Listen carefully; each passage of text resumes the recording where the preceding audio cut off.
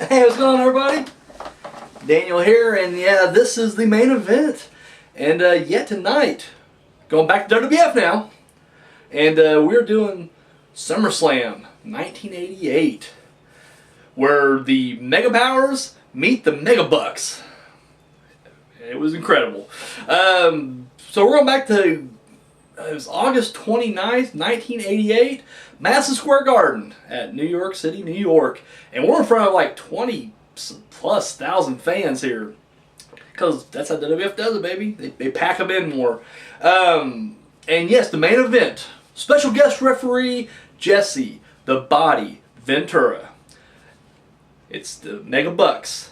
And of course they have Bobby the Brain Heenan and Virgil in their corner against the Mega Powers, with Miss Elizabeth in their corner.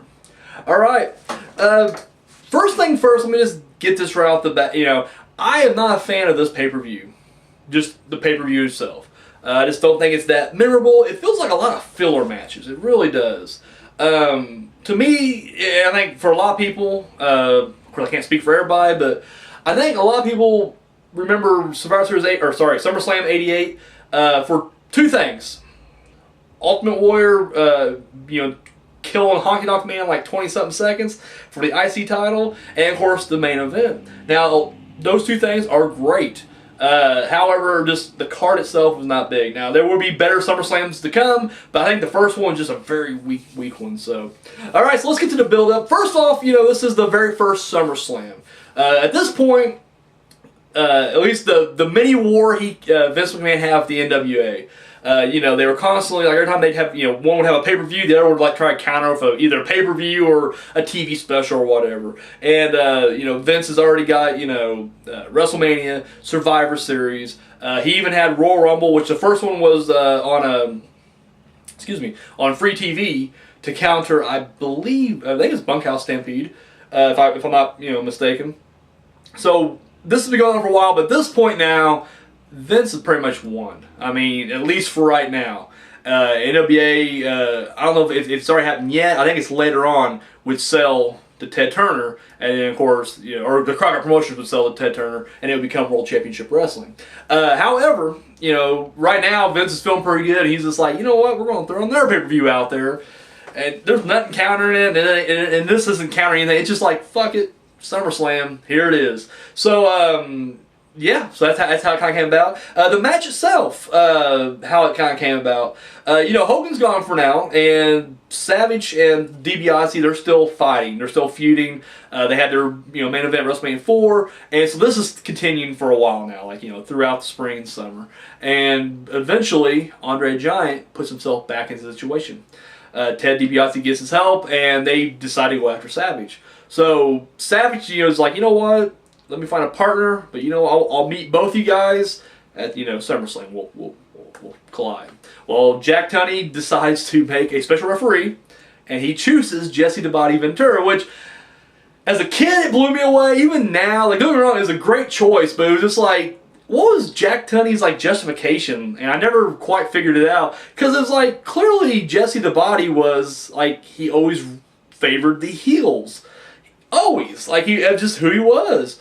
And granted, you can make the argument, well, as far as, officials or whatever, staff, WWF staff, that's, non-wrestlers, he'd be the one who can take care of himself, former wrestler himself and everything, former, Navy SEALs, I mean, fuck, he's Jesse the Body Ventura. But it's just you could have got, some kind of face, referee or whatever. You could have done anything, and they went with Jesse Ventura. Now, once again, real life, as an adult looking back, it's a great choice. It was great match, a lot of memorable moments. As a fan, if it's a work, I'm thinking why choose him? He's a dick. He's gonna completely fuck over Hogan and Savage. But anyway, but he's thrown into the position, and then of course it's revealed that Savage's partner is Hulk Hogan, and of course the infamous Mega Powers handshake. It's so fucking awesome. It's the stuff of legends, and it's ridiculous then, but I didn't quite pick up on how when I remember when it happened, or I remember seeing tapes of when it happened, and thinking nothing really of that. It's just a really cool, awesome handshake. But then, of course, when Curtis Axel and Damian Sandow spoofed it, you're just like, yeah, it was kind of ridiculous. And then you're watching it now, you're just like, oh, son of a bitch, this is really funny. So, anyways, there it is, and the match is set. On to the actual match. I will say right off the bat, this, I was really kind of harsh, and I don't go back on it. I'm staying by what I said for WrestleMania 4, because WrestleMania 4 main event to me didn't feel like, it didn't feel like a WrestleMania main event for one, but it didn't feel like a pay-per-view main event, because at that time, yes, Savage, they're molding him, and of course, he would become a big-time, main eventer, but like at that time, to me personally, I didn't see it. Great wrestler, sure, absolutely, not taking that away from him. He just didn't have that star quality, at least to me. And same goes pretty much for DiBiase. But this match, at this moment, in 1988, yes, they all four looked like top quality main eventers. They did. I mean, they fit the role perfectly. And this is like, to me personally, like I said, WrestleMania 4's main event was just kind of like, whatever. But this one kind of brings it back. It's like, here you go, boom. And like I said, everybody in this thing is great. The managers are perfect. And then, of course, you got Jesse Ventura. And I love the beginning of that because he comes out there, hey, I love the way he's dressed. He's not even dressed as a referee. He's Jesse Ventura. But I love when he's laying down the wall, dude. He is screaming it. Like, he is just yelling top of the wall. I don't think they named Mike. I think he was just like that intense. But I love the little thing he does, and I don't know, and I watched it, and I thought maybe the villain said something, I don't remember, but either way, he decides to change the corners. Because, they have the tag ropes on both sides, and he decides, nope, we're going to change, just to kind of, assert himself into the thing. He's like, I'm the law, and to prove it, I'm going to change the corners here. I love that. To me, I just thought that was brilliant. I love the fact that as the match gets started, and I'll get to the actual wrestling. I'm going to cover the referee right now. I just love how he is just constantly in their face. And he does yell at the heels and the faces, but it's clear that he is, really sticking to Hogan and Savage. And, of course, a lot of times he's literally yelling at one while the other one's getting tag team. I love it. I love the beginning of this match, too, because, whenever Andre Giant, at this point, and to me, it still amazes me that they put him top level, because at this point, he's, his body is aching nonstop. He should pretty much be in pseudo-retirement, and instead, he's out there doing it. But every time he was in a tag match, his MO was he hangs out on the outside. Like, that was just it. When he was especially when he joined Forces of Haku, the Colossal Connection, like, you rarely saw him in there. Like, literally, it was Haku for the entire match. Tag out to Andre finishes off. I mean, that was the whole thing. And this one, pretty much that formula, but I love the beginning because, Macho Man gets himself, he's like, I'm going to take it. Because the whole time DiBiase's right there. He's already in there. And you're thinking it's going to be DiBiase and Savage because that's the feud. Like, those are the feud. And then you got Hogan Andre's feud already built in as well. So it's like, it just kind of made sense. But then when Savage turned around, dude, Andre's barreling on top. Like, he's just like, rah. And I'm just like, dude, that must have scared. Like, I don't care if it's fake or not and you're friends with. Dude, that's a scary image right there. And I'm just like, dude, Savage is so small. Like, he's just a tiny guy. And I'm like, oh, dude, Andre's going to fuck him up. But no, the match itself is really good, and everybody gets their stuff in. Like, as far as the Hogan Savage chemistry, it worked great. I forgot how good it worked actually, because I guess if you would have asked me, before I kind of rewatched these matches, what was a lot, I would have been like, it's all Hogan, because I just remember even as a kid thinking like, well, it's all about Hogan, it's Hogan, and not in a negative way, because I was a Hulkamania, I was like, yeah, it went for Hogan, Savage would just be fucking dead, but it's pretty even when you watch these matches, and it really is like they're more complimentary, and truth is, they play well together, and it does kind of, I guess, as I'm watching these, now, the build up to WrestleMania 5 when they finally do explode, I think it'll be even more, it will enhance it, because as a kid, I don't know, to me it was just like, I always knew, like, I can't, it's hard to explain, but as a kid I was just like, well, it was Hogan helping his little buddy out, his little buddy got ungrateful, he smashed his little buddy, took the title back, and here it's quite opposite, like it does seem like they're almost on the same level. Like I said, I don't know what happened during that summer, but like Savage did elbow. Like, in this match, especially to me, that transition from mid-Carter to main event, it's evident, like he is a main eventer. And the thing is, that's something that, DiBiase did as well, but after this, even though he's in the main event the next pay-per-view, you can just, like, the feeling he was mid-card, and he's going to stay mid-card, and it's unfortunate, but it's what happened. Whereas Savage, even after he lost the title, and even though he feuded back with it, when he would eventually get bumped down to mid-card, when he's Macho King, he still felt like a main eventer. Like, you would still be like, no, he's the main deal. Like, literally, he can headline now, and it would, it makes sense. So, I don't know, I like that, I love the fact that, he looks like a star here, and that's, but the match itself, like I said, is really good. The ending, which is just phenomenal. Hogan and Savage are getting the shit kicked out. At this point, Jesse's just kind of giving up, laying down the law, and they're both outside, completely knocked out. You got Andre, DiBiase, Ventura in there. I want to say the other managers are up on the apron too, and Elizabeth comes up, and of course she's walking, of course, the whole time Ventura's yelling at her, and then she removes the skirt, and we see, Miss Elizabeth. At this point, you gotta realize, and it may not seem that shocking or, racy today at all, but even then, because she was so pure, she was so, I don't know, like, she was a lady. I think that's what it boils down to. Even now, when you watch it, it's still like, wow, because you don't see her in that light, ever. I remember when Sherry was Macho Man's, valet or whatever, manager.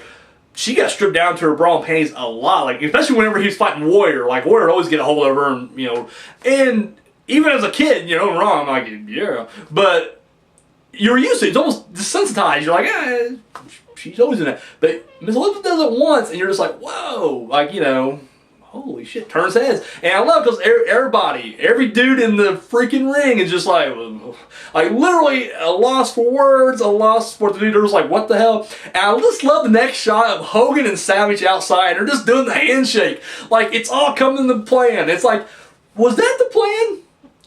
Like, let's just go kayfabe for a second. They're backstage, Mega Powers hanging out in their locker room. Hogan's like, listen, brother, we're going to get in trouble out there. It could happen. I mean, I'm pretty confident. I've beaten Andre numerous times. You've beaten DiBiase numerous times. But it may happen. We may get in trouble. We may get in trouble. We got to have a backup plan. We got to have an exit strategy. What are we going to do? And he's just like, it was like, I'll just take my skirt off. And they're like, brilliant. That's all we need. And then the handshake. But seriously, it's crazy to think, like, what the, yeah. And then the other thing is, it's a little weird to watch him now, knowing what I know now. If you watch a lot of shoot interviews, Savage was reportedly just very overbearing, overprotective of Miss Elizabeth. In general, they were married in real life and everything. And the first question that pops in my mind is, like, how did they present that to him? Like, I'm curious how that conversation went down. Like, we know, because I just remember, like, Honky Tonk Man said, like, Savage flipped out on him just for gyrating in front of her.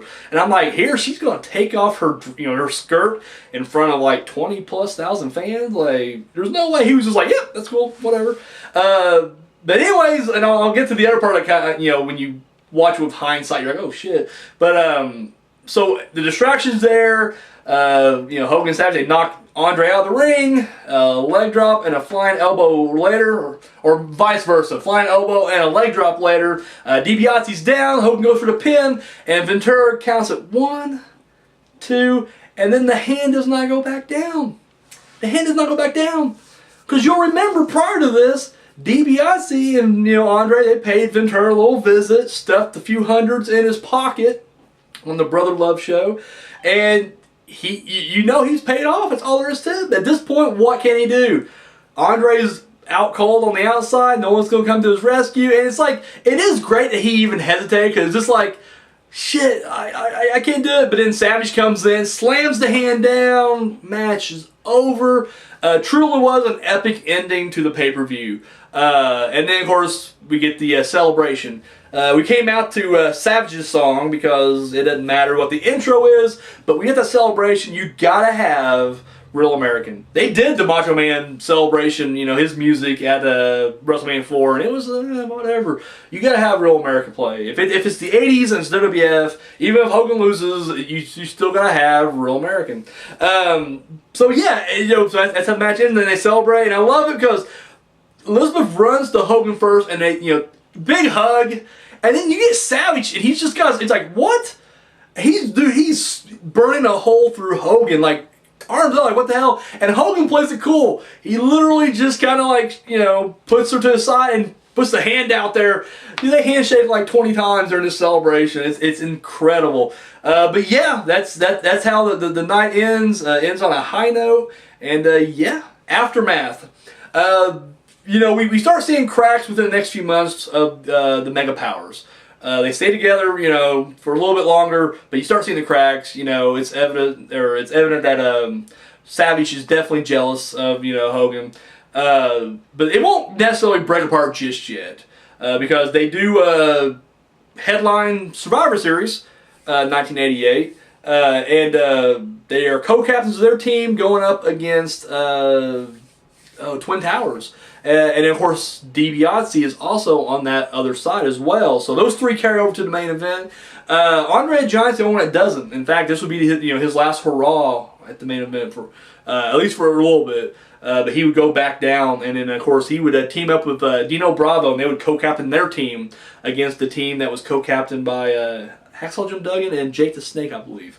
So that was that. So what I think about this match? Loved it. I mean, seriously, I loved it. I know, you know, and I don't want to keep doing like this whole, I mean, because I was pretty harsh about the WrestleMania 4. I wasn't a fan. And believe me, I'm not just trying to be like, WWF's always great and NWA's lame. Right now, it is like that. I'm sorry. You know, what can I say? I enjoyed this match. Like I said, it was, you know, it was a huge main event. It felt like a main event match. And that's what I'm doing with this show. I'm just trying to, you know, see what feels like a main event and what just feels like a thrown together piece of shit that WWE's been doing lately.